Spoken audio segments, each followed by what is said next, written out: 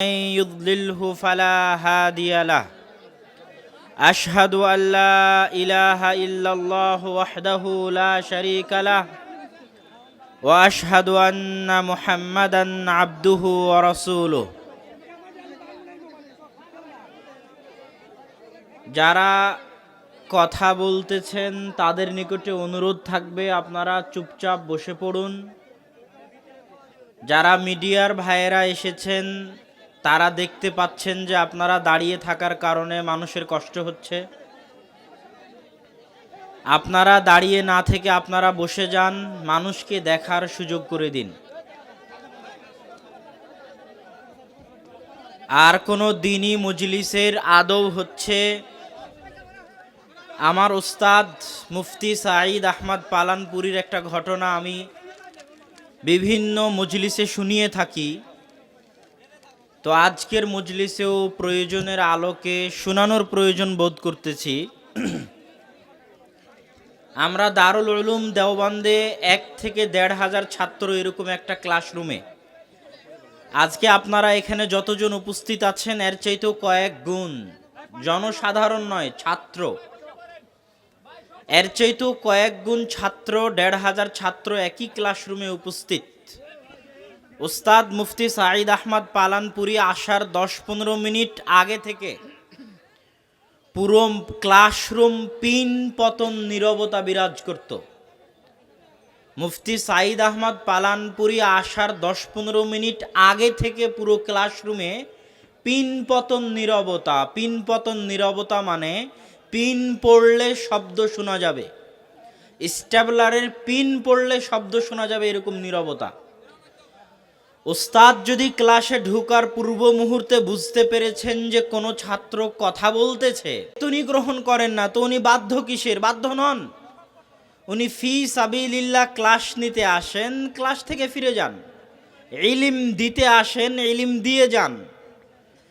এবং যারা ক্লাসের আদব বুঝে না তাদেরকে উনি ইলিম নেওয়ার যোগ্য মনে করেন না।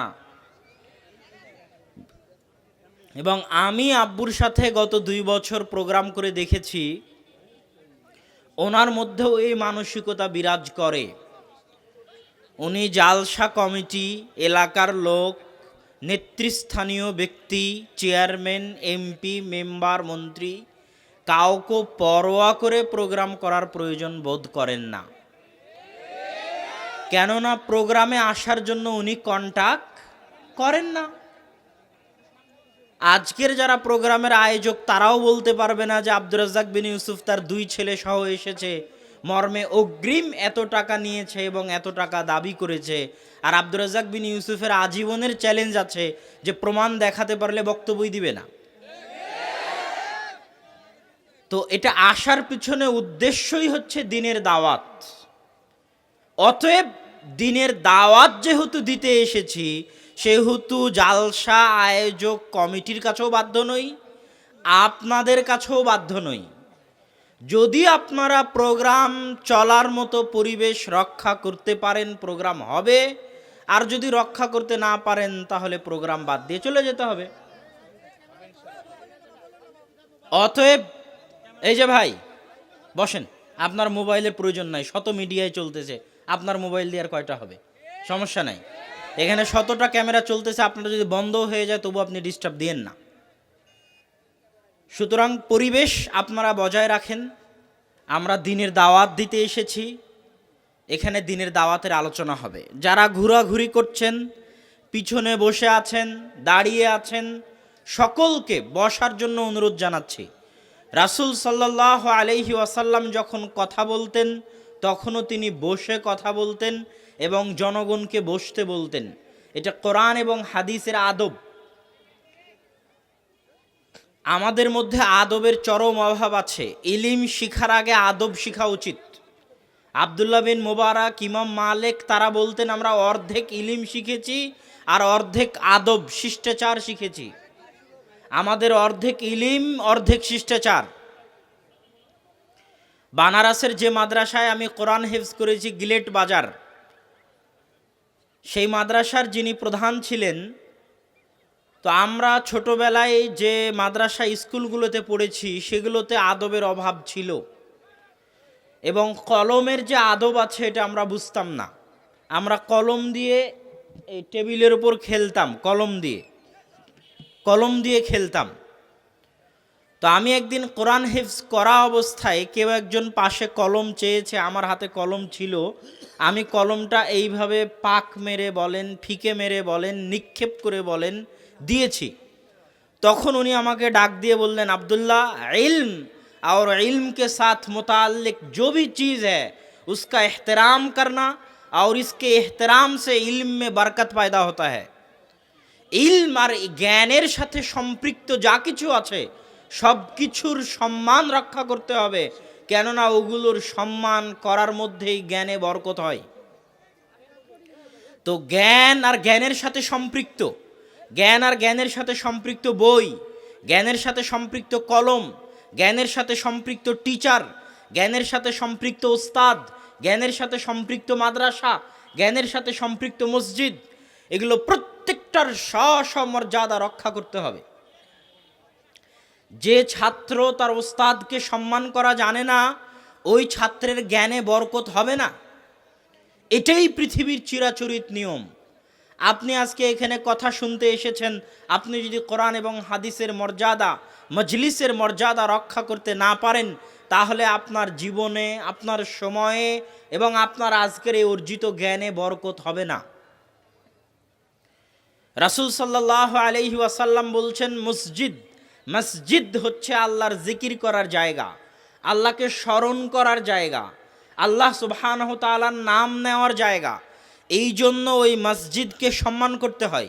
মসজিদের সম্মান ইসলামে এত বেশি, এত বেশি, এত বেশি যে আল্লাহ সুবহানাহু ওয়া তাআলা পৃথিবীর যত নবী আছে সকল নবীর পিতা আবুল আম্বিয়া ইব্রাহিম আলাইহিস সালাতু ওয়াস সালাম, যার পর থেকে নিয়ে মুহাম্মদ পর্যন্ত, কিয়ামত পর্যন্ত আর কোনো নবী আসেননি যিনি ইব্রাহিমের বংশের নন। প্রত্যেক নবী ইব্রাহিম আলাইহিস সালাতু ওয়াস সালামের দুই ছেলে, হয় ইসমাইল না হয় ইসহাক, দুই ছেলের বংশধর।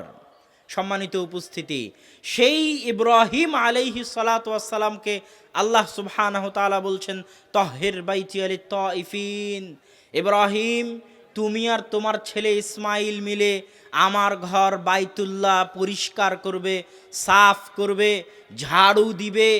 মানুষের শরীর থেকে পড়ে যাওয়া ময়লা, মানুষের নাক চোখ মুখ থেকে পড়ে যাওয়া ময়লা, পড়ে যাওয়া আবর্জনা, বাইতুল্লাহ কাবায় পড়ে থাকা মানুষের নাকের ময়লা, শরীরের ময়লা ধুয়ে মুছে ঝাড়ু দিয়ে সাফ করার দায়িত্ব কার বলেন তো? কি শুনলেন? কার? ইব্রাহিম আর তার ছেলে ইসমাইল। এত বড় নবী, অথচ ঝাড়ু দিবে কি? মসজিদ। কেননা ওইটার সম্মান আছে।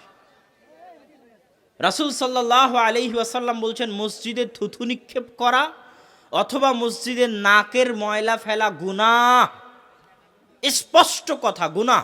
ওয়া কাফফারাতুহা ইজালাতুহা, আর এই গুনাহের কাফফারা হচ্ছে ওটা মুছে দেওয়া, পরিষ্কার করা। কেউ যদি মসজিদে ময়লা ফেলে, থুথু ফেলে, কিছু ফেলে, তাহলে সে গুনাহ করলো, তার কাফফারা হচ্ছে তার উচিত সাথে সাথে সেটা পরিষ্কার করে দেওয়া।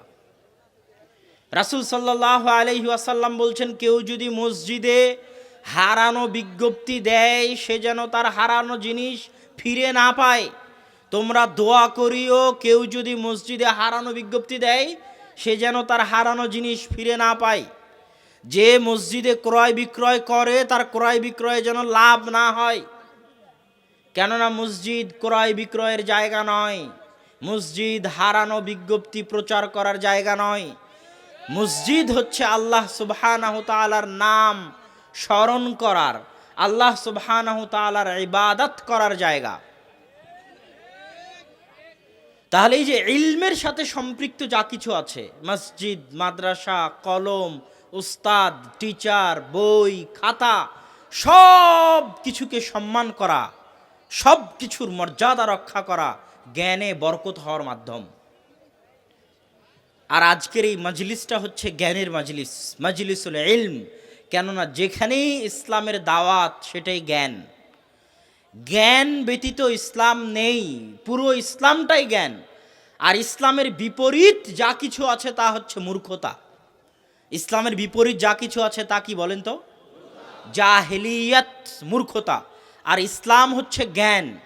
এই জন্যই আব্দুর রাজ্জাক বিন ইউসুফ বহু বক্তব্যে বলেছে, যে প্রিন্সিপালের সামনে তার ছাত্রছাত্রী নাচে, ওই প্রিন্সিপালকে যদি আমি জাহেল, অজ্ঞ, মূর্খ প্রমাণ করতে না পারি, তাহলে জাতির সামনে বক্তব্য দিব না। সে অক্সফোর্ড বিশ্ববিদ্যালয় থেকে পিএইচডি করে আসার পরও জাহেল। কেন জানেন? ইসলামের পুরো জিনিসটাই হচ্ছে জ্ঞান, আর ইসলামের বিপরীত যা কিছু আছে সবই মূর্খতা, সবই জাহেলিয়াত।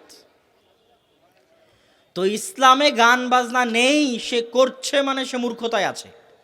সে এখনো পৃথিবীর বাস্তবতা জানে না, সে এখনো জীবন মৃত্যুর বাস্তবতা জানে না, সে এখনো পরকালের বাস্তবতা জানে না, সে এখনো জান্নাত জাহান্নাম কবরের আযাবের বাস্তবতা জানে না, সে এখনো সৃষ্টিকর্তার বাস্তবতা জানে না। আল্লাহ মানুষকে কেন সৃষ্টি করেছেন, কেন পৃথিবীতে পাঠিয়েছেন, এই সৃষ্টির পিছনে আল্লাহর রহস্য কি, এ সম্পর্কে সে অজ্ঞ, মূর্খ। এই জন্যই সে গুনাহে লিপ্ত আছে। এই জন্যই রাসূল সাল্লাল্লাহু আলাইহি ওয়াসাল্লাম বলেছেন, জ্ঞানী সেই, চালাক সেই, বুদ্ধিমান সেই, যে মৃত্যু পরবর্তী জীবন নিয়ে চিন্তা ভাবনা করে। মৃত্যুর পরে কি ঘটবে, কি হবে, এটা নিয়ে যে চিন্তা ভাবনা করতে পারে, সেই জ্ঞানী, সেই পণ্ডিত, সেই আলেম। আল্লাহ কোরআনে স্পষ্ট ভাষায় বলেছেন, ইন্নামা ইয়াখশাল্লাহ মিন ইবাদিহিল উলামা। আল্লাহ সুবহানাহু তাআলাকে ভয় করে জ্ঞানীরা, পণ্ডিতেরা, বুদ্ধিমানেরা, চালাকেরা। আল্লাহ সুবহানাহু তাআলাকে ভয় করে জ্ঞানী এবং বুদ্ধিমানেরা। আর আল্লাহ সুবহানাহু তাআলার বিধান অস্বীকার করে বোকা, গর্দভ, গাধা, অচল, অথর্ব, পাগলেরা। যাদের মৃত্যু, জীবন, পৃথিবী, দুনিয়া, পরকাল, জান্নাত জাহান্নাম এগুলোর বাস্তবতা সম্পর্কে যারা অজ্ঞ। এই জন্য রাসূল সাল্লাল্লাহু আলাইহি ওয়াসাল্লাম বলেছেন, লাউ তা'লামুন, তোমরা যদি জানতে যা আমি জানি, তোমরা যদি জানতে, জ্ঞান অর্জন করতে ওই জ্ঞান যে জ্ঞান আমি জানি, তাহলে তোমরা হাসতে কম, কাঁদতে বেশি। তথা আমরা যে ইসলামকে উপেক্ষা করে চলতেছি, তার মানে আমাদের জ্ঞানের অভাব আছে। তার মানে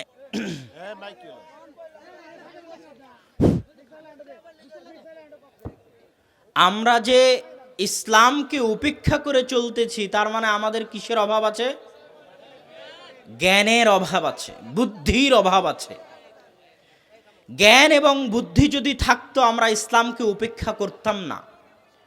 রাসূল সাল্লাল্লাহু আলাইহি ওয়াসাল্লাম এবং আল্লাহ সুবহানাহু তাআলা সমগ্র কোরআন এবং হাদিসে মানুষের সবচেয়ে বড় শত্রু, সবচেয়ে ভয়ঙ্কর শত্রু, সবচেয়ে ভয়ানক শত্রু, সবচেয়ে ভয়াবহ শত্রু, সবচেয়ে জঘন্য নিকৃষ্ট শত্রু সম্পর্কে সজাগ এবং সচেতন করতে থেকেছেন মানুষকে। মানুষ বোকা, তাই শত্রুকে তা চিনে না। একজন সালাফ বলতেছে, লিকুল্লি ইনসানিন আদু, প্রত্যেক মানুষের শত্রু আছে, প্রত্যেক মানুষের শত্রু আছে, কিন্তু আমি তাকে শত্রু মনে করি না। মান আখাদা মালি, যে অন্যায়ভাবে আমার ধন সম্পদ দখল করে নিয়েছে, আমি তাকে শত্রু মনে করি না। মানে ইগতাবানি আও ইত্তাহামানি, যে ব্যক্তি আমার নামে মিথ্যা অপবাদ দিয়েছে, আমি তাকে শত্রু মনে করি না। যে আমার গীবত করেছে, আমি তাকে শত্রু মনে করি না। আমি কাকে শত্রু মনে করি?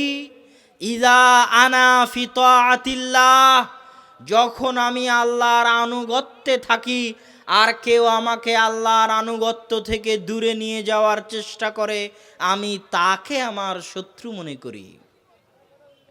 তাহলে সে জ্ঞানী, সে বুঝে শত্রুকে। আল্লাহ সুবহানাহু ওয়া তাআলা পুরো কোরআনে বলেছেন, ইন্নাশ শাইতানা লাকুম আদুউম মুবিন, নিশ্চয় শয়তান তোমাদের সবচেয়ে ভয়ঙ্কর, সবচেয়ে ভয়ানক, সবচেয়ে ভয়াবহ, জানি মানি শত্রু হচ্ছে শয়তান।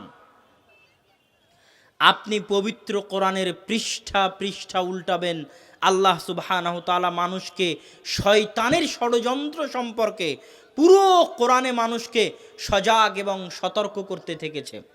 আল্লাহ সুবহানাহু তাআলা কোরআনে বলেছে, লা তাত্তাবিউ খুতুওয়াতিশ শাইতান, তোমরা শয়তানের পদাঙ্ক অনুসরণ করিও না, কেননা শয়তান তোমাদেরকে পথভ্রষ্ট করতে চায়। ফাবিমা আগওয়াইতানি লাআকউদান্নাহুম, আমি অবশ্যই সিরাতে মুস্তাকিমে আসার যে রাস্তা আছে, এই সিরাতে মুস্তাকিমে আসার প্রত্যেকটা রাস্তায় মানুষের সামনে বাধা হয়ে দাঁড়াবো। তাদের ডানে থেকে বাধা হয়ে দাঁড়াবো, তাদের বাম থেকে বাধা হয়ে দাঁড়াবো, তাদের সামনে থেকে বাধা হয়ে দাঁড়াবো, তাদের পিছন থেকে বাধা হয়ে দাঁড়াবো। কে বাধা হয়ে দাঁড়াবে বলেন তো? শয়তান বাধা হয়ে দাঁড়াবে। শয়তান কাল্পনিক কোনো চরিত্রের নাম নয়, শয়তান বাস্তব চরিত্র। মানুষ তখনই বুদ্ধিমান হবে যখন নিজের শত্রু চিনতে পারবে। আল্লাহ সুবহানাহু তাআলা পবিত্র কোরআনে শয়তানের শপথ বলতে গিয়ে বলছেন, ওয়ালা উদিল্লান্নাহুম ওয়ালা উমান্নিয়ান্নাহুম, অবশ্যই নিশ্চয়ই আমি মানুষকে পথ ভ্রষ্ট করেই ছাড়ব, আমি মানুষকে পথ ভ্রষ্ট করেই ছাড়ব। এটা শয়তানের ওয়াদা, শয়তানের শপথ, শয়তানের চেষ্টা। পৃথিবীতে প্রথম গুনাহ সংঘটিত হয়েছে শয়তানের প্ররোচনায়। আদম আলাইহিস সালাতু ওয়াস সালাম গুনাহ করেছেন শয়তানের প্ররোচনায়। যেখানেই আল্লাহ আদম আর হাওয়ার ঘটনা বলেছেন, সেখানেই বলেছেন শয়তান তাদেরকে পথভ্রষ্ট করেছে। আযাল্লাহুমা, তাদেরকে পথভ্রষ্ট করেছে, তাদের পা পিছলিয়ে দিয়েছে কে? শয়তান। আল্লাহ সুবহানাহু তাআলা পুরো কোরআন মানুষকে শয়তান সম্পর্কে সজাগ এবং সতর্ক করতে থেকেছেন। রাসূল সাল্লাল্লাহু আলাইহি ওয়াসাল্লাম মানুষকে শয়তানের বাস্তবতা বুঝাতে গিয়ে বলেছেন, শোনো, মা মিন মাউলুদিন, এমন কোনো সন্তান পৃথিবীতে দুনিয়াতে জন্মগ্রহণ করে না যে প্রত্যেক সন্তানকে শয়তান স্পর্শ করে না, ইল্লা মারিয়াম ওয়া ইবনুহু ঈসা, প্রত্যেক সন্তান যে দুনিয়ায় জন্মগ্রহণ করে তাকে শয়তান স্পর্শ করে। হাত্তা ইয়াস্তাহিল্লা সারিখান, শয়তানের স্পর্শে ওই ছোট বাচ্চা চিৎকার করে ওঠে। ছোট বাচ্চা জন্মের পরে কাঁদে শয়তানের স্পর্শে। বাস্তব স্পর্শ, কাল্পনিক নয়। সত্যিকার স্পর্শ কাল্পনিক নয়। আল্লাহর রাসূলের হাদিস, ইল্লা মারিয়াম ওয়া ইবনুহু ঈসা, তবে মারিয়াম এবং তার ছেলে ঈসাকে শয়তান স্পর্শ করতে পারেনি। রাসূল সাল্লাল্লাহু আলাইহি ওয়াসাল্লাম বলছেন, শোনো, এমন কোনো আদম সন্তান নেই যার কারিনান, দুইজন বন্ধু নেই। কারিনুম মিনাল মালাইকা ওয়া কারিনুম মিনাশ শাইতান, একজন বন্ধু ফেরেশতা বন্ধু আর একজন বন্ধু শয়তান বন্ধু। তোমাদের প্রত্যেক ব্যক্তি, আপনারা এখানে যতজন উপস্থিত আছেন, প্রত্যেকের সাথে একজন করে শয়তান আছে, একজন করে ফেরেশতা আছে। আল্লাহ রাসূলের হাদিস। আমরা প্রত্যেক যারা জন্মগ্রহণ করেছি আমাদেরকে শয়তান স্পর্শ করেছে, আল্লাহ রাসূলের হাদিস। শয়তান বাস্তব। শয়তান আপনাকে 24 ঘন্টা পথ ভ্রষ্ট করার, খারাপ রাস্তায় নিয়ে যাওয়ার চেষ্টা করতেছে। বাংলাদেশের একজন ভাইয়ের কথা আমি জানি, যিনি একসময় নাস্তিক ছিলেন। তিনি আমার সাথে গল্প করতে গিয়ে বলেছেন যে আমি নাস্তিক থেকে আস্তিক হয়েছি শুধু শয়তানের অস্তিত্ব বুঝতে পেরে। পড়তে পড়তে, জ্ঞান অর্জন করতে করতে আমি এক সময় বুঝতে পেরেছি, অনুভব করেছি যে পৃথিবীতে শয়তান আছে। আর শয়তানকে ওই ক্ষমতা, ওই পাওয়ার দেওয়া আছে, যেই ক্ষমতা, যেই পাওয়ার দিয়ে সে মানুষকে পথভ্রষ্ট করে। আপনার রগে রগে চলার ক্ষমতা, রক্তে রক্তে চলার ক্ষমতা আল্লাহ আপনার স্ত্রী, আপনার সন্তান সন্ততি, পিতা মাতা, শিক্ষক, পুত্র, রাজনৈতিক নেতা কাউকে দেয়নি। কাকে দিয়েছে? শয়তানকে দিয়েছে। ওয়াসওয়াসাতু শয়তান, শয়তানের ওয়াসওয়াসা সরাসরি মানুষের অন্তরে। শয়তান আপনার অন্তরকে পরিবর্তন করতে পারে, আপনার রগে রগে রক্তে রক্তে চলতে পারে। এটা রাসূল সাল্লাল্লাহু আলাইহি ওয়াসাল্লামের হাদিস। আল্লাহর রাসূল শয়তানের পথ ভ্রষ্ট করার চক্রান্ত বাস্তব দেখাচ্ছেন এভাবে, যখন ফজর হয় তখন শয়তান বলে, নাম নাম নাম, ঘুমাও ঘুমাও ঘুমাও, এখনো রাত অনেক লম্বা আছে। এবং তার ঘাড়ে আকাদা 3টে গিট গিরহ দেয়। যখন শয়তানের সাথে লড়াই করে, শয়তানের প্ররোচনা, শয়তানের ওয়াসওয়াসার সাথে লড়াই করে কোনো মানুষ যখন ঘুম থেকে জেগে যায়, অজু পর্যন্ত করতে যায়, অজু করে যখন সালাতে দাঁড়িয়ে যায়, এই তিনটে পদক্ষেপে শয়তান পরাজিত হয়। শয়তানের পদক্ষেপ, শয়তানের প্ররোচনা নষ্ট হয়। রাসূল সাল্লাল্লাহু আলাইহি ওয়াসাল্লাম শয়তানকে এত বাস্তব করে বলছেন, এত বাস্তব করে বলছেন যে শোনো, তোমাদের মধ্যে কেউ যদি বলে লাআনাতুল্লাহি আলা শয়তান, শয়তানের উপর আল্লাহর অভিশাপ বর্ষিত হোক, তাহলে জেনে রাখো এই কথার কারণে তাফাখামা, শয়তান ফুলে ফেপে একটা বিশাল ঘরের মতো হয়ে যায়।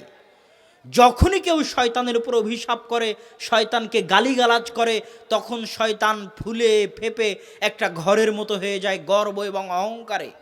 যা আদম সন্তান বুঝতে পেরেছে আমার ক্ষমতা, আদম সন্তান জানতে পেরেছে আমার ক্ষমতা, সুতরাং তোমরা শয়তানকে গালি দিও না, তোমরা শয়তানকে অভিশাপ করিও না। তোমরা যদি শয়তানের চক্রান্ত থেকে, শয়তানের প্ররোচনা থেকে, শয়তানের ষড়যন্ত্র থেকে বাঁচতে চাও, তাহলে তোমরা আল্লাহর নাম নেও। যখনই তোমরা শয়তানের সামনে বিসমিল্লাহ, আল্লাহ সুবহানাহু তাআলার নাম নিবে, আল্লাহকে স্মরণ করবে, আস্তাগফিরুল্লাহ পড়বে, বিসমিল্লাহ বলবে, তাসাগারা শয়তান, শয়তান ছোট হতে হতে কাযযুবাব, মাছির মতো, মশার মতো ছোট হয়ে যায়। আল্লাহর নাম শোনা মাত্র আল্লাহ রাসূল শয়তানকে এত বাস্তব করে বলছেন। রাসূল সাল্লাল্লাহু আলাইহি ওয়াসাল্লাম বলছেন, শোনো, যখন তোমরা কোনো বাড়িতে প্রবেশ করবে, আর বাড়িতে প্রবেশ করার সময় আল্লাহর নাম স্মরণ করবে না, আসসালামু আলাইকুম বলবে না, তখন শয়তান বলে এই বাড়িতে মাবিতুকুম, এই বাড়িতে তোমাদের থাকার জায়গা, এই বাড়ি তোমাদের খাওয়ার জায়গা, এই বাড়ি তোমাদের আশ্রয়ের জায়গা।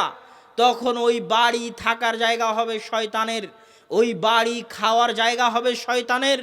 আর যখনই তোমরা বাড়িতে প্রবেশ করবে আর সালাম দিবে, আল্লাহর নাম নিবে, সালাম আল্লাহর নাম, তখন ওই বাড়ি শয়তানের থাকার জায়গা হবে না। শয়তান ঘোষণা দিয়ে দিবে এই বাড়িতে তোমাদের থাকারও জায়গা নেই, এই বাড়িতে তোমাদের খাওয়ারও জায়গা নেই। এটা কাল্পনিক চরিত্র নয়, বাস্তব। আপনি সালাত কেন আদায় করতে পারেন না? আপনি গান বাজনা থেকে কেন বিরত হতে পারেন না? আপনি দাড়ি কেন ছাড়তে পারেন না? কেননা শয়তান থেকে আপনি মুক্ত হতে পারেননি। 24 ঘন্টা শয়তান আপনার সাথে আছে। বাড়িতে ঢোকার সময় সালাম দেন না, তাহলে ওই বাড়িতে কার থাকার জায়গা হয়েছে? শয়তানের। তাহলে শয়তান সারাদিন আপনার ছেলে মেয়ে স্ত্রী পুত্র সবার পিছনে লেগে আছে। ওই বাড়িতে ইসলাম আসবে কিভাবে? ওই বাড়িতে ইসলাম আসার আগে তো শয়তানের চক্রান্ত করার রাস্তা বন্ধ করতে হবে। এই জন্য বাড়িতে ঢোকার সময় সালাম দিতে হবে। রাসূল সাল্লাল্লাহু আলাইহি ওয়াসাল্লাম বলছেন, প্রত্যেক যে বাড়ির দরজা উগলিকাত, বন্ধ করা হয় বিসমিল্লাহ, আল্লাহর নামে, প্রত্যেক যে দরজা আল্লাহর নামে বন্ধ করা হয়, ওই দরজা শয়তান খুলে না। প্রত্যেক যে জানালা আল্লাহর নামে বন্ধ করা হয়, ওই জানালা শয়তান খুলে না। প্রত্যেক যে পাত্র আল্লাহর নামে ঢেকে দেওয়া হয়, ওই পাত্র শয়তান খুলে না। কিন্তু যে পাত্র শয়তানের নামে ঢাকা হয়নি, যে ঘরের আল্লাহর নামে ঢাকা হয়নি, যে ঘরের দরজা আল্লাহর নামে বন্ধ করা হয়নি, যে ঘরের জানালা আল্লাহর নামে বন্ধ করা হয়নি, ওই পাত্রে শয়তান মুখ দিবেই, ওই পাত্র থেকে শয়তান খাবার সংগ্রহ করবেই, ওই বাড়িতে শয়তান প্রবেশ করবেই। আর যখনই তোমরা খাদ্য গ্রহণ করবে আর আল্লাহর নাম না নিবে, তখন ইয়াকুলু মাহু শয়তান, শয়তান তার সাথে খাদ্য গ্রহণ করবে। মা যদি বাচ্চাকে দুধ খাওয়ায় আর আল্লাহর নাম না নেয়, তাহলে ওই বাচ্চার সাথে মায়ের বুকের দুধ শয়তানও খাবে।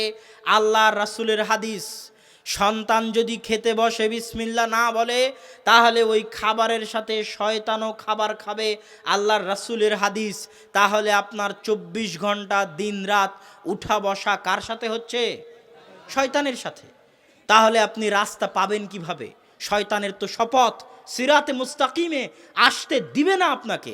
যে সিরাতে মুস্তাকিমের দোয়া আপনি 24 ঘন্টা করতেছেন, ইহদিনাস সিরাতাল মুস্তাকিম, হে আল্লাহ আপনি আমাকে সিরাতে মুস্তাকিমের পথ দেখান। সিরাতে মুস্তাকিমের পথ কি? আল্লাযীনা আনআমতা আলাইহিম। সিরাতে মুস্তাকিম এত সহজ নয়। সিরাতে মুস্তাকিমে আল্লাহ তাদেরকেই আসার সুযোগ দেন যাদের উপর আল্লাহ দয়া করেছেন। আল্লাযীনা আনআমতা আলাইহিম, সিরাতে মুস্তাকিমে আসার সুযোগ আল্লাহ তাদেরকেই দেন যাদের উপর আল্লাহ কি করেছেন? দয়া করেছেন। গায়রিল মাগদুবি আলাইহিম ওয়ালাদ-দাল্লিন, সিরাতে মুস্তাকিমে আসার সুযোগ আল্লাহ তাদেরকে দেন না যারা অভিশপ্ত এবং পথভ্রষ্ট। আপনি সিরাতে মুস্তাকিমে আসতে পারছেন না মানে আপনার উপর আল্লাহর দয়া নেই, আপনার উপর আল্লাহর রহমত নেই। মানুষ মনে করে যে আল্লাহর দয়া আর আল্লাহর রহমত মনে হয় টাকা পয়সায় বোঝা যায়, বাড়ি গাড়িতে বোঝা যায়, মান সম্মানে বোঝা যায়। যে উমুকের এত নাম, এত বড় আলেম, এত বড় রাজনৈতিক নেতা, এত টাকার মালিক, এত বিঘা জমির মালিক, এগুলো মনে হয় আল্লাহর দয়ার বহিঃপ্রকাশ। আল্লাহ কি কারুনকে ধন সম্পদ দেননি? আল্লাহ কি কারুনকে ধন সম্পদ দেননি? আল্লাহ কি ফেরাউনকে ক্ষমতা দেননি? দিয়েছিলেন। ইন্নাল্লাহা ইউতিদ দুনিয়া, আল্লাহ দুনিয়া তাকে দেন মান ইউহিব্বু ওয়া মান লা ইউহিব। আল্লাহ যাকে ভালোবাসেন তাকেও দুনিয়া দেন, যাকে ভালোবাসেন না তাকেও দুনিয়া দেন। দুনিয়ার ধন সম্পদ, টাকা পয়সা, ঐশ্বর্য, ক্ষমতা, প্রভাব, প্রতিপত্তি আল্লাহ তাকেও দেন যাকে আল্লাহ ভালোবাসেন, আল্লাহ তাকেও দেন যাকে আল্লাহ ভালোবাসেন না। কিন্তু আল্লাহ সুবহানাহু ওয়া তাআলা সিরাতে মুস্তাকিমে চলার তৌফিক, আল্লাহর দিনে চলার তৌফিক তাকেই দেন। মান ইউরিদিল্লাহু বিহি খায়রান ইফাক্কিহু ফিদ্দিন, আল্লাহ যার কল্যাণ চান তাকে দ্বীনের জ্ঞান দেন। আল্লাহ যাকে ভালোবাসেন তাকে তার আনুগত্য করার তৌফিক দেন। কত মানুষ দুনিয়াতে এমন আছে, হাজারো লাখো মানুষ এমন আছে যাকে দুনিয়ার কোনো মানুষ চিনে না। কারো দরবারে সুপারিশ করলে তার সুপারিশ গ্রহণ করা হয় না। রাস্তা দিয়ে হেঁটে গেলে মানুষ তাকে দাম দেয় না। আবু হুরায়রা মসজিদে নববীতে পড়ে থাকতো, মানুষ তার উপর পাড়া দিয়ে চলে যেত। আবু হুরায়রার খাদ্য হতো না। আবু হুরায়রা খাবারের অভাবে মানুষের কাছে খাবার চাইতেও পারতেন না। এরকম হাজারো মানুষ দুনিয়াতে আছে, কোথাও তার কথা শোনা হয় না, তাকে দাম দেওয়া হয় না, তার সুপারিশ গ্রহণ করা হয় না। এরকম হাজারো মানুষ আছে, কিন্তু সে আল্লাহর দরবারে সবচেয়ে প্রিয়, আল্লাহর সবচেয়ে কাছের, আল্লাহর সবচেয়ে নিকটবর্তী। মান আদাহু, আল্লাহর ওই নিকটবর্তী বান্দার সাথে যে শত্রুতা করবে আল্লাহ তার সাথে শত্রুতা করবেন। এটা পৃথিবীর নিয়ম। সুতরাং আল্লাহ কাকে ভালোবাসেন কাকে ভালোবাসেন না এটা ধন সম্পদ টাকা পয়সা দিয়ে চেনা যায় না। এটা চেনা যায় আল্লাহ কাকে তার আনুগত্য করার সুযোগ দিচ্ছেন। আজকে ফজরের সালাত কাকে কাকে আল্লাহ জামাতের সাথে মসজিদে আদায় করার সুযোগ দিয়েছেন। কালকে রাত জেগে 2 রাকাত সালাত আদায় করে আল্লাহর দরবারে ইবাদত করার, তাহাজ্জুদের সালাত আদায় করার সুযোগ আল্লাহ তার কয়জন বান্দাকে দিয়েছেন। যে কয়জন বান্দাকে দিয়েছেন তাদেরকে আল্লাহ ভালোবাসেন, তারা আল্লাহর প্রিয়, তারা আল্লাহর নিকটবর্তী। সম্মানিত উপস্থিতি, এই জন্য আল্লাহর ভালোবাসা ধন সম্পদে বোঝা যায় না, আল্লাহর ভালোবাসা ক্ষমতা প্রভাবে বোঝা যায় না, আল্লাহর ভালোবাসা আল্লাহর আনুগত্য করতে পারার মধ্যে বোঝা যায়। যে ব্যক্তিকে আল্লাহ সুদের ব্যবসায় নিমজ্জিত রেখেছেন, যে ব্যক্তিকে আল্লাহ তার 5 ওয়াক্ত সালাত আদায় করার সুযোগ দেননি, যে ব্যক্তিকে আল্লাহ জেনা ব্যভিচারে লিপ্ত রেখেছেন, যে ব্যক্তিকে আল্লাহ অন্যায় অত্যাচারে লিপ্ত রেখেছেন, তার জন্য এটাই সবচেয়ে বড় শাস্তি। তার জন্য এটাই সবচেয়ে বড় শাস্তি যে সে আল্লাহর দরবার থেকে বিতাড়িত, আল্লাহর রহমত থেকে বিতাড়িত, আল্লাহর করুণা দৃষ্টি থেকে বঞ্চিত, আল্লাহর দয়া থেকে বঞ্চিত, আল্লাহর রহমত থেকে বঞ্চিত। এটাই তার জন্য সবচেয়ে বড় শাস্তি। সে কোন ভাগাড়ে পড়ে মারা গেল কোন ডাস্টবিনে পড়ে মারা গেল, এটা আল্লাহ সরিষা সমপরিমাণ পরোয়া করেন না, ভাবেনও না। এটাই তার সবচেয়ে বড় শাস্তি, যে আল্লাহ তাকে তার অবাধ্যতায় লিপ্ত রেখেছেন, আল্লাহ তাকে তার রহমত থেকে, করুণা থেকে, দয়া থেকে বিতাড়িত রেখেছেন, বঞ্চিত রেখেছেন, অভিশপ্ত রেখেছেন। তার বান্দা হওয়ার পরেও, তার সৃষ্টি জীব হওয়ার পরেও সে আল্লাহর রহমত অর্জন করতে পারেনি, আল্লাহর বরকত অর্জন করতে পারেনি। এটাই তার জন্য সবচেয়ে বড় শাস্তি। সম্মানিত উপস্থিতি, এই জন্য মানুষ কল্যাণ অকল্যাণ কোনটা এটা মানুষ বোঝে না। আল্লাহ সুবহানাহু তাআলা কোরআনে বলছে, মানুষকে যখন আল্লাহ নেয়ামত দেন তখন মানুষ বলে রব্বি আকরামান, আমার আল্লাহ আমাকে অনেক নেয়ামত, অনেক ধন সম্পদ দিয়েছে। আর যখনই আল্লাহ মানুষের উপর রুজি রুটির রাস্তা বন্ধ করে দেন, তখন মানুষ বলে আল্লাহ আমার উপর বিপদ আপদ দিয়েছেন। কিন্তু কোনটা যে আল্লাহর দয়া আর কোনটা যে আল্লাহর ছাড়, কোনটা যে আল্লাহর ধোঁকা আর কোনটা যে আল্লাহর পরীক্ষা, এটা মানুষ বুঝতে পারে না। মানুষ মনে করছে গুনাহে আছে, এত গুনাহ করি আল্লাহ তো শাস্তি দেয় না। গান দেখতেছি, কান তো বধির হয় না। অশ্লীল দৃশ্য দেখছি, চোখ তো অন্ধ হয় না। হারাম কাজ করতেছি, মানুষের উপর অন্যায় অত্যাচার করতেছি, কই আমার উপর তো শাস্তি নেমে আসে না। দুনিয়া হচ্ছে কাজের জায়গা, প্রতিদানের জায়গা নয়। প্রতিদানের জায়গা হচ্ছে পরকাল, আফটার ডেথ, মৃত্যুর পরে হচ্ছে প্রতিদানের জায়গা। দুনিয়া প্রতিদানের জায়গা নয়। এই জন্য দুনিয়াতে আল্লাহ সব কিছুর শাস্তি মানুষকে দিবেন না। এটা আল্লাহর পক্ষ থেকে দেওয়া ছাড়, আল্লাহর পক্ষ থেকে দেওয়া ধোঁকা। এই ধোঁকায় মানুষকে শয়তান ফেলে, মানুষকে শয়তান প্ররোচিত করে। সম্মানিত উপস্থিতি, আমরা বলতেছিলাম যে বুদ্ধিমান সেই যে আল্লাহর আনুগত্য করে। কেন? যে আল্লাহর আনুগত্য করে সে শয়তানকে চিনতে পারে, শয়তানকে চিনেছে, এই জন্য আল্লাহর আনুগত্য করে।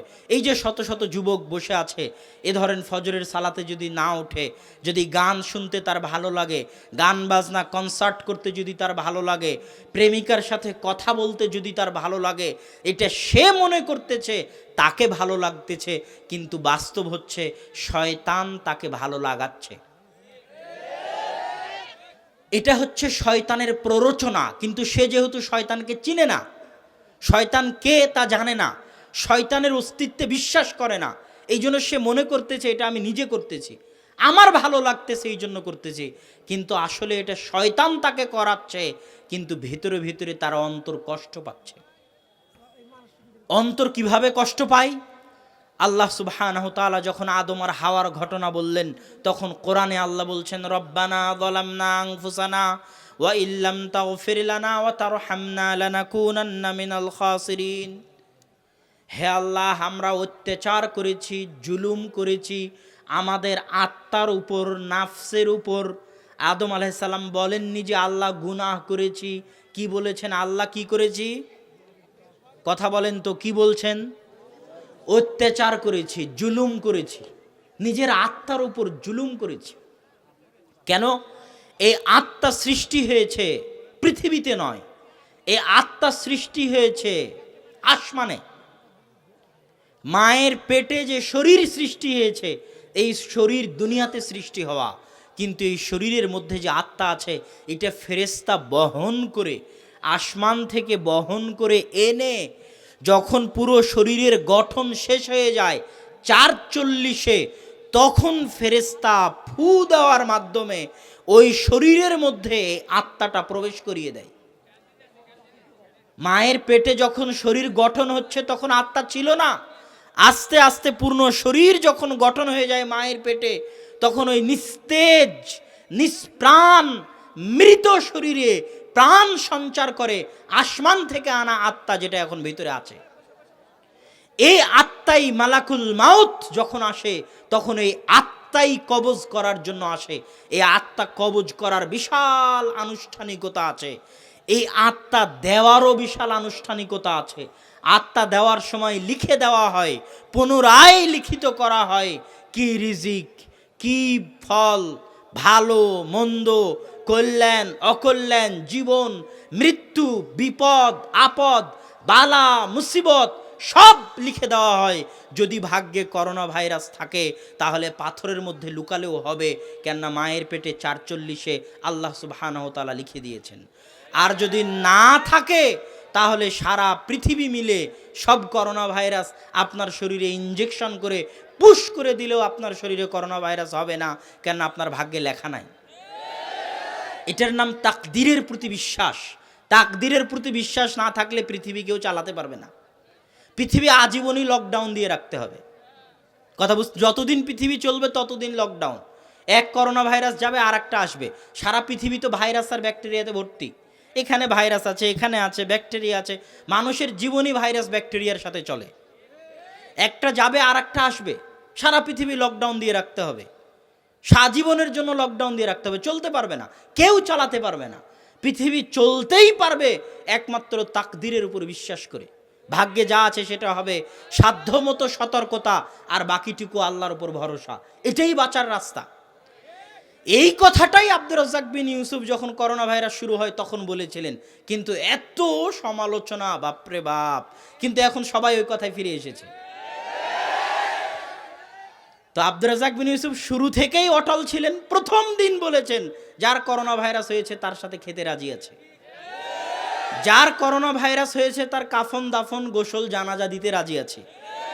কিন্তু তখন সারা বাংলাদেশ সমালোচনা, ফেসবুক অনলাইন সমালোচনায় ভর্তি। কিন্তু যুগের তালে, যুগের পরিক্রমায় আব্দুর রাজ্জাক বিন ইউসুফের কথাতেই ফিরে আসতে হলো। মাঝখানে শুধু ৩ ফিট দূরত্বের বেদাত চালু হলো, আর এই বেদাত মসজিদগুলো থেকে এখন পর্যন্ত উঠানো গেল না। আর যে আহলে হাদিসরা আজীবন শপথ করলো যে ফাঁসির কাছে গেলেও পায়ের সাথে পা মিলে দাঁড়াবে, তারাও এখন ৩ ফিট দূরে দাঁড়ানো শুরু করলো। এর চেয়ে বড় অপমান, এর চেয়ে বড় লজ্জাজনক বিষয় আর হতে পারে না। এত দ্রুত মিডিয়ার প্রভাবে, আন্তর্জাতিক সংস্থাগুলোর প্রভাবে যারা দিনকে পরিবর্তন করতে পারে, দিনের মধ্যে পরিবর্তন নিয়ে আসতে পারে এত দ্রুত, এটা অনেক দুঃখজনক, অনেক ভাবার। তো আমি এই বিষয়ে কথা বলতে চাচ্ছিলাম না, কিন্তু আলোচনার পরিপ্রেক্ষিতে চলে আসলো। তো আমরা আলোচনা করছিলাম শয়তানের ষড়যন্ত্র নিয়ে, শয়তানের প্ররোচনা নিয়ে। যে শয়তান মানুষকে সর্বদা চেষ্টা করে পথ ভ্রষ্ট করার, পথ ভ্রান্ত করার, সঠিক রাস্তা সিরাতে মুস্তাকিম থেকে দূরে নিয়ে যাওয়ার। আর শয়তানের রাস্তা থেকে তখনই বাঁচতে পারবেন যখন আপনি শয়তান সম্পর্কে জানতে পারবেন। শয়তান হচ্ছে মানুষের ইবাদত বিরোধী, আল্লাহর আনুগত্য বিরোধী। রাসূল সাল্লাল্লাহু আলাইহি ওয়াসাল্লাম বলতেছেন, যখন পবিত্র কোরআন পড়তে পড়তে সিজদার আয়াত আসে আর আদম সন্তান সিজদা করতে যায়, তখন শয়তান কাঁদা শুরু করে। কেন? এই সিজদা অমান্য করেই শয়তান পথভ্রষ্ট হয়েছে, অভিশপ্ত হয়েছে। আজ আদম সন্তানকে সে সেই সিজদা থেকে দূরে রাখতে পারেনি, এই ব্যর্থতায় সে কাঁদে। তো শয়তান হচ্ছে আদম সন্তানের চিরশত্রু, জানি মানি শত্রু, ভয়ঙ্কর শত্রু। আর শয়তান সবসময় আক্রমণ করতে চায় এই আত্মায়। ইবনুল কাইয়িম রাহিমাহুল্লাহ বলছেন, আত্মা হচ্ছে দুর্গ। আত্মা কি বলেন তো? দুর্গ। আর এই দুর্গে শয়তান আক্রমণ করতে চায় 2 কান দিয়ে, 2 চোখ দিয়ে, 2 হাত দিয়ে, 2 পা দিয়ে। কিভাবে আক্রমণ করে? শয়তান 2 কান দিয়ে ওইটা শোনাতে চায় যেটা শোনা আল্লাহ পছন্দ করেন না। শয়তান 2 চোখ দিয়ে ওইটা দেখাতে চায় যেটা দেখা আল্লাহ পছন্দ করেন না। শয়তান 2 হাত দিয়ে ওইটা করাতে চায় যেটা করা আল্লাহ পছন্দ করেন না। 2 পা দিয়ে ওইটা করাতে চায় যেটা করা আল্লাহ পছন্দ করেন না। আজকে আমি বক্তব্য দিচ্ছি, আপনার কান দিয়ে বক্তব্যটা হৃদয়ে পৌঁছতেছে, আপনার দুর্গ হৃদয়ে কথাটা পৌঁছতেছে কান দিয়ে। এই কান দিয়েই যখন আপনি অশ্লীল গান শুনবেন, তখন শয়তান ওই গানের মাধ্যমে কান দিয়ে কোথায় হামলা করবে? আত্মায়, হৃদয়ে হামলা করবে। আর এক একটা হামলায় হৃদয় কালো হয়ে যায়, এক একটা হামলা হৃদয়ের উপর অত্যাচার। আল্লাহুম্মা ইন্নী যালামতু নাফসি, আল্লাহ আমি আমার আত্মার উপর অত্যাচার করেছি। এক একটা হামলায় হৃদয়ে কালো দাগ পড়ে যায়, পুরো হৃদয় অন্তর কালো কুচকুচ কুচকুচে হয়ে যায়, তখন বাঁচার রাস্তা থাকে না। মানুষ হতাশ, ক্লান্ত, চিন্তাগ্রস্ত, বিষাদগ্রস্ত হয়ে পড়ে, আত্মা মুক্তি পেতে চায় এই অন্যায়, এই অত্যাচার, এই জুলুম থেকে, তার সৃষ্টিকর্তা আল্লাহর অবাধ্যতা থেকে। আর এই প্রত্যেকটা অবাধ্যতার ছাপ চেহারাতেও পড়ে, চেহারার নূর হারিয়ে যায় অন্তরের কালোর কারণে, কালোর কুচকুচের কারণে। আর ওই অন্তর তখনই শান্তি পায়, তখনই প্রশান্তি পায়। আলা বিযিক্রিল্লাহি তাতমাইন্নুল কুলুব, আল্লাহ সুবহানাহু তাআলার স্মরণে আত্মাগুলো প্রশান্তি পায়। আলহামদুলিল্লাহ। আপনি কোরআনের দুইটা পৃষ্ঠা পড়ে দেখেন, আপনার আত্মা প্রশান্তি পাবে, মনে হবে কোরআনে আল্লাহ আপনার সাথে কথা বলতেছে। কেননা কোরআন নাজিল হয়েছে আল্লাহর রাসূলের উপর, কিন্তু আপনার জন্য নাজিল হয়েছে, আপনার কাছে পৌঁছানোর জন্য নাজিল হয়েছে। হুদাল লিন্নাস, প্রত্যেক আদম সন্তানের জন্য হেদায়েত স্বরূপ হচ্ছে কোরআন। কোরআন যার জীবনে নাই তার জীবন অন্ধকার। যে বাড়িতে কোরআন পড়া হয় না ওই বাড়ি বরকতবিহীন বাড়ি, ওই বাড়ি কবরের মতো অন্ধকার বাড়ি। যার জীবন শুরু হয় না কোরআন দিয়ে, শেষ হয় না কোরআন দিয়ে, তার জীবন বরকতবিহীন, ঘৃণিত, জঘন্য জীবন, নিকৃষ্ট জীবন। একটা পশু পাখি, শৃগাল, গরু মহিষ ভেড়া ছাগল বকরির জীবন যেমন, কোরআনবিহীন জীবন তেমন। কোরআনবিহীন জীবন তেমন। এটা ঠিক বলার জিনিস নয়, আপনাকে আমল করতে হবে, কোরআনের কাছে আশ্রয় নিতে হবে, কোরআন পড়তে হবে। কোরআন আপনার হৃদয়ের চিকিৎসক, আপনার অন্তরের চিকিৎসক। আপনার জীবন বরকতবিহীন আছে কোরআনের কারণে, আপনার পরিবার বরকতবিহীন আছে কোরআনের কারণে। কোরআন দিয়ে যত মানুষকে হেদায়েত করা সম্ভব, আর কোনো বক্তার বক্তব্য দিয়ে অত মানুষকে হেদায়েত করা সম্ভব নয়। কোরআন এমন এক মোজেজা, যা স্থায়ী, চিরন্তন, চিরস্থায়ী মোজেজা। আর মানুষের জীবনে যত বরকত, বরকত হচ্ছে বাস্তব জিনিস। শয়তান যেমন বাস্তব জিনিস, শয়তান যেখানে থাকবে ওখানে বরকত থাকবে না, আর আল্লাহ সুবহানাহু তাআলা যেখানে থাকবেন ওখানে বরকত থাকবে। পৃথিবীতে মানুষ সব কিছু দুই প্রকারের, হয় ইবাদুশ শয়তান, শয়তানের দাস বা গোলাম, অথবা ইবাদুল্লাহ, আল্লাহর দাস বা গোলাম। এখানে যারা উপস্থিত আছে, হয় সবাই আমাদের আমল দিয়ে আল্লাহকে খুশি করি, অথবা আমাদের আমল দিয়ে শয়তানকে খুশি করি। হয় আমরা আমাদের আমলের মাধ্যমে শয়তানের দাসত্ব করি, অথবা আমরা আমাদের আমলের মাধ্যমে আল্লাহর দাসত্ব করি। এর বাইরে দ্বিতীয় কোনো রাস্তা নাই। সালাত পড়লেন, আল্লাহর দাসত্ব করলেন। সালাত ছাড়লেন, কার দাসত্ব করলেন? শয়তানের দাসত্ব করলেন। আপনি মনে করছেন নিজের মনের চাহিদাই ছাড়লাম? জি না, শয়তানের দাসত্বে ছাড়লেন। এই কথাটা আজকের বক্তব্য থেকে বুঝে যাবেন। আপনি সকালবেলা কোরআন পড়লেন, আল্লাহর দাসত্বে কোরআন পড়লেন। কোরআন পড়লেন না, নিজের মনের চাহিদায় কোরআন পড়লেন না, এ কথা ভুল। শয়তানকে খুশি করার জন্য, শয়তানের দাসত্ব করার জন্য, শয়তানের গোলাম হওয়ার জন্য কোরআন পড়লেন না। পর্দা করে বাড়ি থেকে বের হলেন, আল্লাহর বান্দি তাই পর্দা থেকে বাড়ি করে বের হলেন। আর পর্দা ছাড়া বাড়ি থেকে বের হলেন, শয়তানের দাসী তাই পর্দা ছাড়া বাড়ি থেকে বের হলেন। এটাই বাস্তব। এক অন্তরে দুইজনের জায়গা হয় না।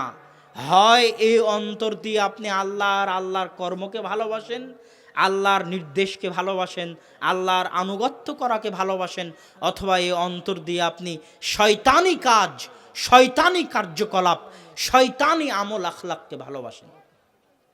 পৃথিবীতে এই দুটাই রাস্তা। অতএব সম্মানিত উপস্থিতি, শয়তানের ষড়যন্ত্র, শয়তানের চাল, শয়তানের আক্রমণ, শয়তানের প্ররোচনা সম্পর্কে আমাদের সজাগ এবং সচেতন হতে হবে। শয়তানের আক্রমণ থেকে আপনাকে বাঁচাতে পারবে কোরআন। যেখানে শয়তান আছে ওখানে বরকত থাকবে না, আর যেখানে আল্লাহ এবং আল্লাহ সম্পৃক্ত যা কিছু আছে সেখানে বরকত থাকবে। বরকত মানে হচ্ছে বাকা উশাইই ওয়া নামা উহু। বরকত একটা বাস্তব জিনিস। আপনিও 60 বছরের জীবন পেয়েছেন, আল্লাহর রাসূল মুহাম্মদ সাল্লাল্লাহু আলাইহি ওয়াসাল্লামও 60 বছরের জীবন পেয়েছেন। আপনার 60 বছরের দুনিয়া থেকে চলে যাওয়া একটা কুকুর শ্রীগালের চলে যাওয়ার মতো, আর মুহাম্মদ সাল্লাল্লাহু আলাইহি ওয়াসাল্লামের 60 বছরের জীবন চলে যাওয়া অন্যরকম। তার ওই 60 বছরের জীবনে আল্লাহ যে বরকত দিয়েছেন তা কোনো কিছু দিয়ে মাপা সম্ভব নয়। ইমাম বুখারীও অল্প জীবন পেয়েছেন, ইমাম নববীও অল্প জীবন পেয়েছেন, মাত্র 38, 39, 40 বছর জীবন পেয়েছেন ইমাম নববী রাহিমাহুল্লাহ। কিন্তু তার এই সংক্ষিপ্ত জীবনে আল্লাহ এত বরকত দিয়েছেন, তার কলমে, তার আমলে এত বরকত দিয়েছেন আল্লাহ সুবহানাহু ওয়া তাআলা, যে তার প্রত্যেকটা গ্রন্থ সারা পৃথিবীব্যাপী মাকবুল এবং গ্রহণযোগ্য। এমন কোনো আলেম নাই, এমন কোনো মাদ্রাসার ছাত্র নাই, এমন কোনো মসজিদ, মাদ্রাসা, বিশ্ববিদ্যালয় নাই যেখানে তার গ্রন্থ পাঠ করা হয় না, পড়া হয় না, দার্স দেওয়া হয় না, বলা হয় না। এর নাম জীবনের বরকত। জীবনের বরকত হওয়া মানে 60 বছরের জীবন 62 বছর হয়ে যাবে এ কথা নয়। টাকা পয়সায় বরকত হওয়া মানে 5 টাকার জায়গায় 6 টাকা হয়ে যাবে এ কথা নয়। 1 লক্ষ টাকার জায়গায় 2 লক্ষ টাকা হয়ে যাবে এ কথা নয়। কিন্তু 1 লক্ষ টাকা ইনকাম করার পরেও মাস শেষে লোন করতে হয়, ঋণ করতে হয়। আর 5,000 টাকা ইনকাম করার পরেও মাস শেষে 100 টাকা বাঁচে, এর নাম বরকত। 1 লক্ষ টাকা ইনকাম করেছেন, বিপদ লেগেই আছে। কেসে টাকা চলে যাচ্ছে, ঝামেলাতে টাকা চলে যাচ্ছে, লোকজনকে ঘুষ দিতে টাকা চলে যাচ্ছে, চাঁদাবাজিতে টাকা চলে যাচ্ছে, অ্যাক্সিডেন্টে টাকা চলে যাচ্ছে, চিকিৎসায় টাকা চলে যাচ্ছে, টাকা থাকতেছে না। আর 5,000 টাকা ইনকাম করতেছেন, সেটা দিয়েও মাস পার হয়ে যায়, কিন্তু মাস শেষে টাকা বাঁচে, এর নাম বরকত। ওই টাকার মধ্যে বরকত হয়েছে। জীবনে বরকত, টাকায় বরকত, প্রত্যেক রিজিকে বরকত। একটা জিনিস মনে রাখবেন, রিজিক মানে শুধু যেটা রাত্রিবেলা খেয়ে আসলাম এটা রিজিক নয়। আল্লাহ আমাকে যতটুকু জ্ঞান দিয়েছে এটা আল্লাহর রিজিক। আল্লাহ আমাকে যতটুকু সম্মান দিয়েছে এটা আল্লাহর রিজিক। আল্লাহ আমাকে যতটুকু হায়াত দিয়েছে এটা আল্লাহর রিজিক। আল্লাহ আমাকে যতটুকু ক্ষমতা দিয়েছে এটা আল্লাহর রিজিক। আল্লাহ আমাকে যত বিঘা জমির মালিক করেছে এটা আল্লাহর রিজিক। আল্লাহ আমাকে যে কয়টা সন্তান দিয়েছে এটা আল্লাহর রিজিক। আল্লাহ আমাকে যেমন বউ দিয়েছেন এটা আল্লাহর রিজিক। আপনি সারা জীবনে যা কিছু অর্জন করেন, সন্তান, সন্ততি, বউ, স্ত্রী, কন্যা, সম্মান, মর্যাদা, ক্ষমতা, প্রভাব, প্রতিপত্তি, জ্ঞান, টাকা পয়সা, জমি জায়গা, বাড়ি গাড়ি, সব কিছু কিসের অন্তর্ভুক্ত? একটু জোরে বলেন, কিসের অন্তর্ভুক্ত? রিজিক। আর এই প্রত্যেকটা জিনিসের মধ্যে বরকত নিহিত আছে। জ্ঞানে বরকত, টাকায় বরকত, বাড়িতে বরকত, জমিতে বরকত, খাবারে বরকত, স্ত্রীতে বরকত, সন্তান সন্ততিতে বরকত, ক্ষমতায় বরকত, প্রভাব প্রতিপত্তিতে বরকত, সম্মানে বরকত, প্রত্যেকটা জিনিসের মধ্যে বরকত নিহিত আছে। আর বরকত তখনই পাবেন যখন শয়তান মুক্ত থাকতে পারবেন। শয়তান প্রবেশ করবে মানে বরকত পালাবে।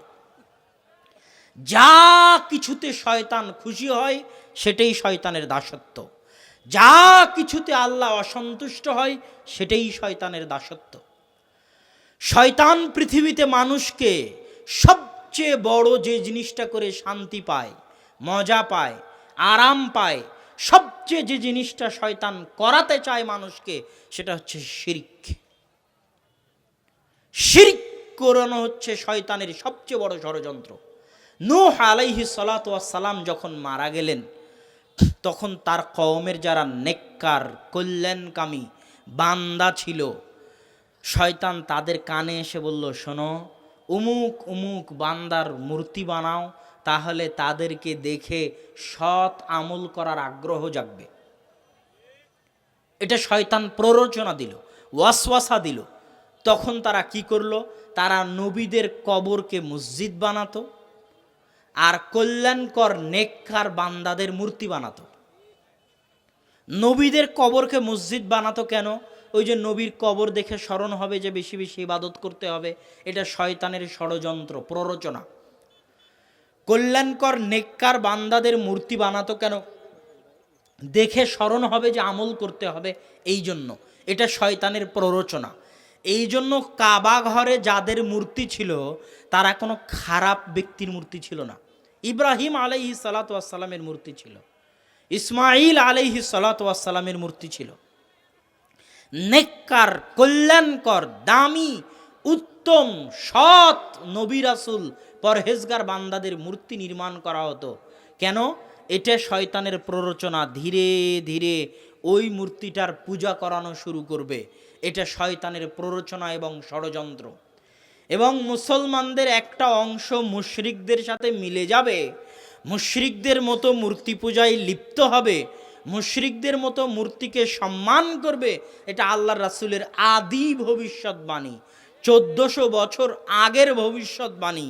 এই জন্য দেখবেন আমাদের ঘরে, আমাদের বাড়িতে, আমাদের শোকেজে, সর্বত্র, সারা পৃথিবীতে যেখানে যাবেন সেখানে দেখবেন মানুষ ছবি মূর্তিকে সম্মান করতেছে। প্রত্যেক যে ছবি মূর্তির সম্মান করা হয় সেখানে শয়তানের দাসত্ব করা হয়। এবং এটা শুধু ছবি মূর্তি নয়, এখানে একটা মূলনীতি আপনাকে বলে রাখি। আল্লাহ সুবহানাহু তাআলা যে জায়গাগুলোকে পবিত্র করেছেন, আল্লাহ সুবহানাহু তাআলা যে দিনগুলোকে ইবাদতের জন্য বানিয়েছেন, আল্লাহ যে জায়গাগুলোকে ইবাদতের জন্য বানিয়েছেন, ওই দিন, ওই জায়গা, ওই ব্যক্তি, আল্লাহ যে ব্যক্তিকে অনুসরণীয় বানিয়েছেন, আল্লাহ কাকে অনুসরণীয় বানিয়েছেন? মুহাম্মদ সাল্লাল্লাহু আলাইহি ওয়াসাল্লামকে অনুসরণীয় বানিয়েছেন। তাহলে আল্লাহ যে দিন, যে জায়গা, যে ব্যক্তি, যে স্থানকে অনুসরণীয়, পবিত্র, গ্রহণযোগ্য বানিয়েছেন, ওগুলো বাদ দিয়ে প্রত্যেক যে দিনকে মানুষ সম্মান দিবে মনে করবে, প্রত্যেক যে সময় বা ক্ষণকে মানুষ কল্যাণকর, অকল্যাণকর মনে করবে, প্রত্যেক যে স্থানকে মানুষ শুভ, অশুভ, কল্যাণকর, অকল্যাণকর মনে করবে, প্রত্যেক যে ব্যক্তিকে, ছবিকে, মূর্তিকে মানুষ সম্মান দেওয়া প্রয়োজন মনে করবে, এগুলো সব কিছুই শিরকের অন্তর্ভুক্ত। এই জিনিসটা মানুষ বুঝতে চায় না। পানি হবে।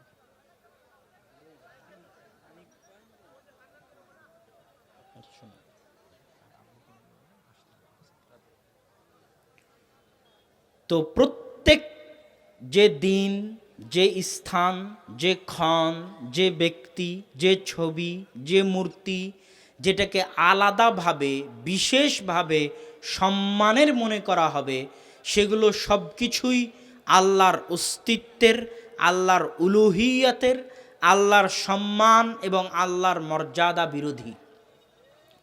এবং এগুলো সবই ছোট শিরকের অন্তর্ভুক্ত।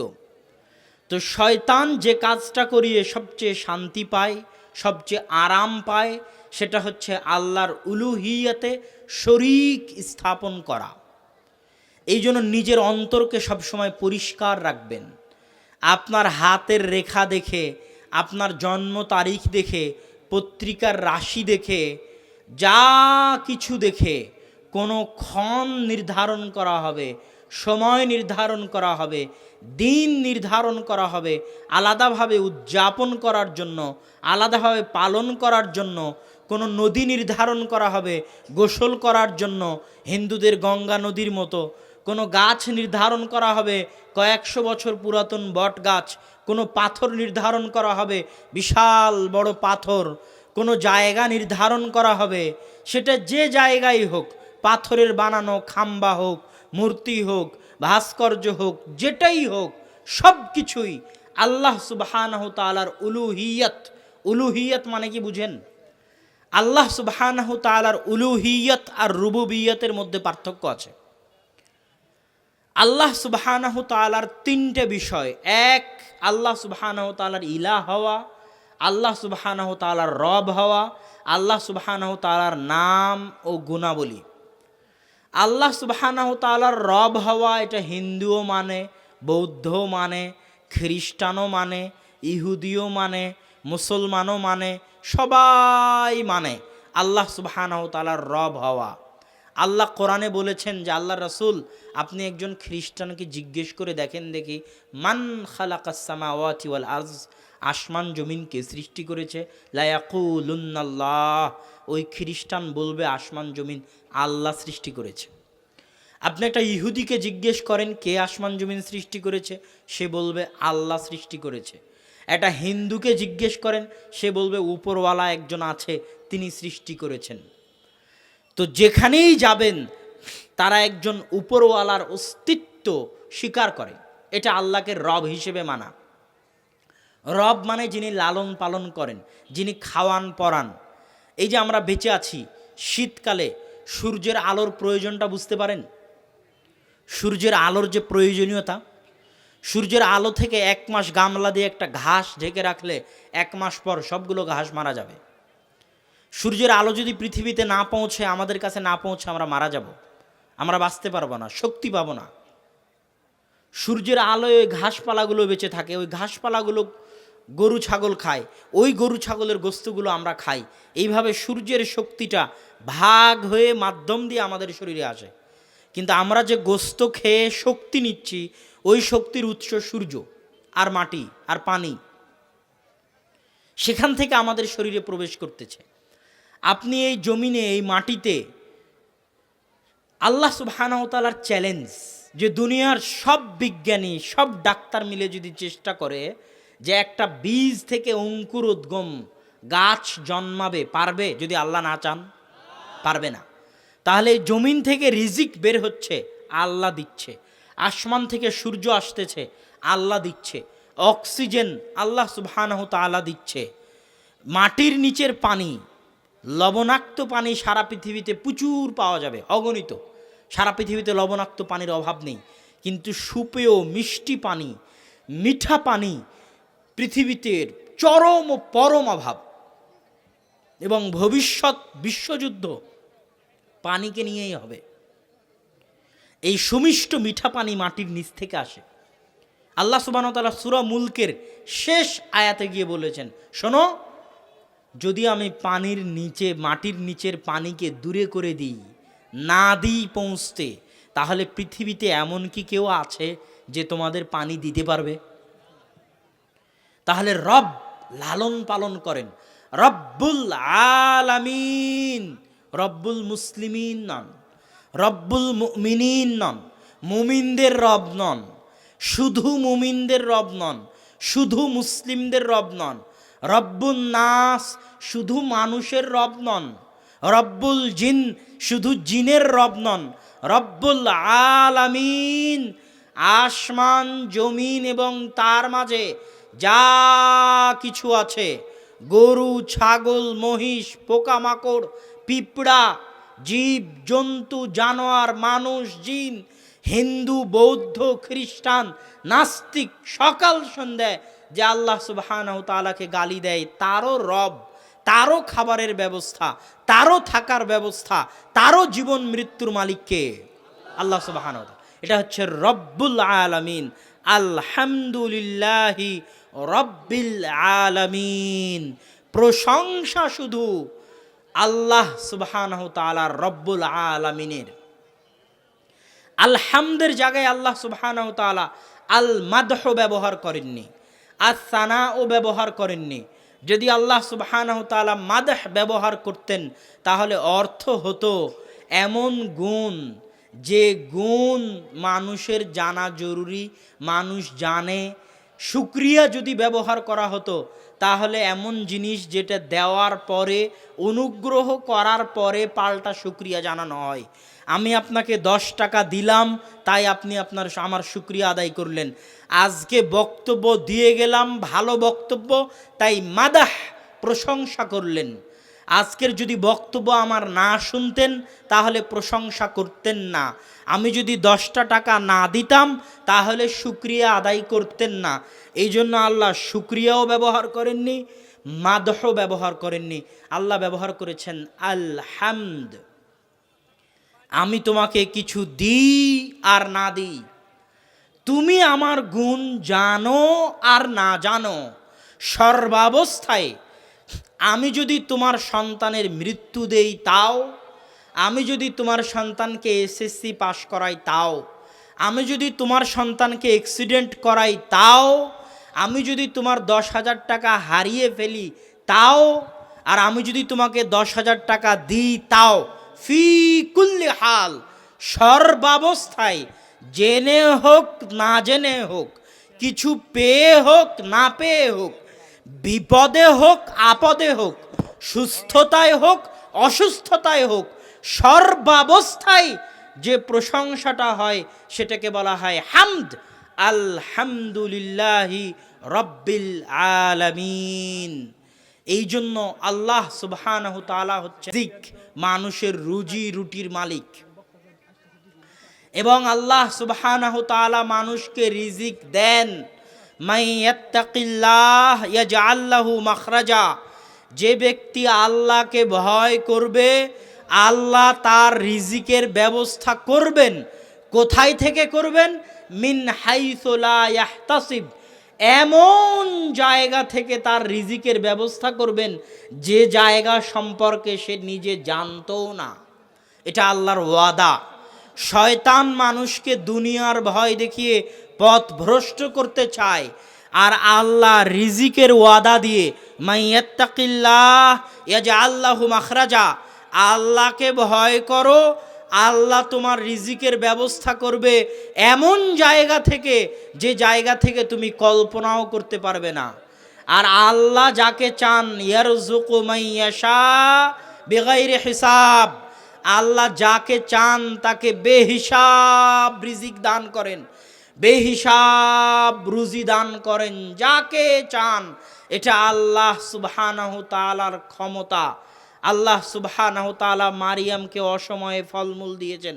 কুল্লামা দাখালা আলাইহা জাকারিয়াল মিহরাব ওয়াজাদা ইনদাহা রিজকা, যখনই জাকারিয়া মেহরাবে প্রবেশ করত তখনই দেখত মারিয়ামের নিকটে রিজিক।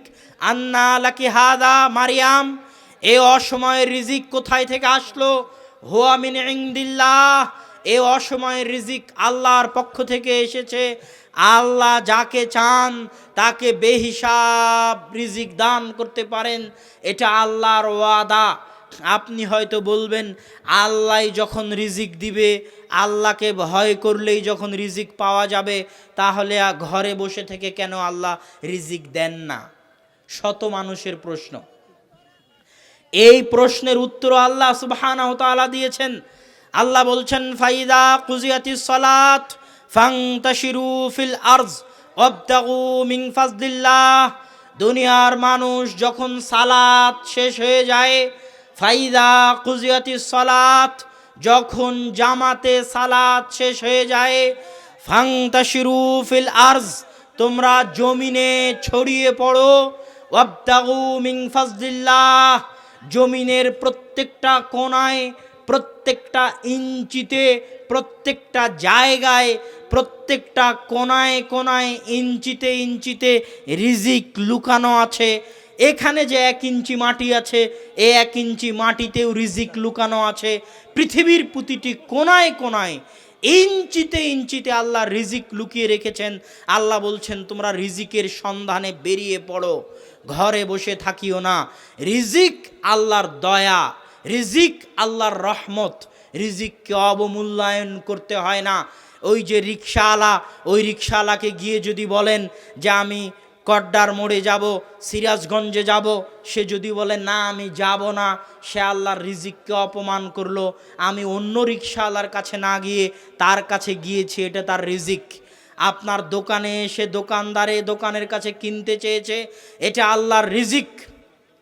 দাউদ আলাইহিস সালাতু ওয়াস সালাম গোসল করছেন, স্বর্ণের বৃষ্টি হচ্ছে, সেই গোসল বাদ দিয়ে তিনি স্বর্ণের বৃষ্টি কুড়াতে গেছেন। তখন আল্লাহ সুবহানাহু তাআলা দাউদকে বলেছেন যে শোনো, আমি তোমাকে যত ধন দৌলত দিয়েছি আর কাউকে এত ধন দৌলত দেইনি, তারপরেও গেলে কেন?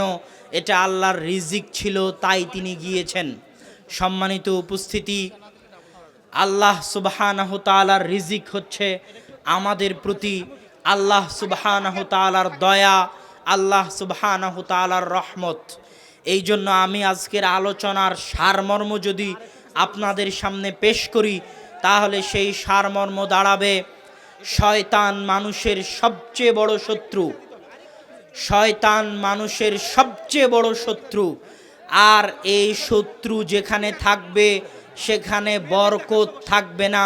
সেটা রিজিক হোক, সেটা ধন সম্পদ হোক, বাড়ি হোক, যেখানে হোক, যেখানে শয়তান প্রবেশ করবে ওখানে বরকত থাকবে না। আর মানুষ হয় আল্লাহর বান্দা, না হয় শয়তানের বান্দা। আপনি হয় আল্লাহর বান্দা, না হয় শয়তানের বান্দা।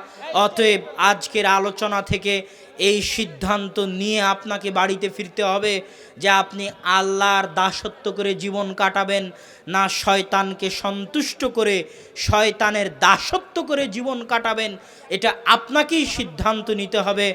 আর উপস্থিত যুবক, মা এবং ভাই এবং বোনেরা যারা আছেন, তাদের সকলের প্রতি আহ্বান থাকবে যে দাওয়াতি কাজে সময় দিতে হবে, অন্যকে হেদায়েত করার জন্য নয়, নিজে হেদায়েতের রাস্তায় থাকার জন্য।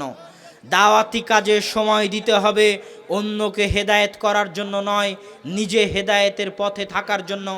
জামিয়া সালাফিয়ার সাথে সম্পর্ক রাখতে হবে, জামিয়া সালাফিয়ার সাথে সম্পর্ক রেখে দাওয়াতি কাজ করতে হবে।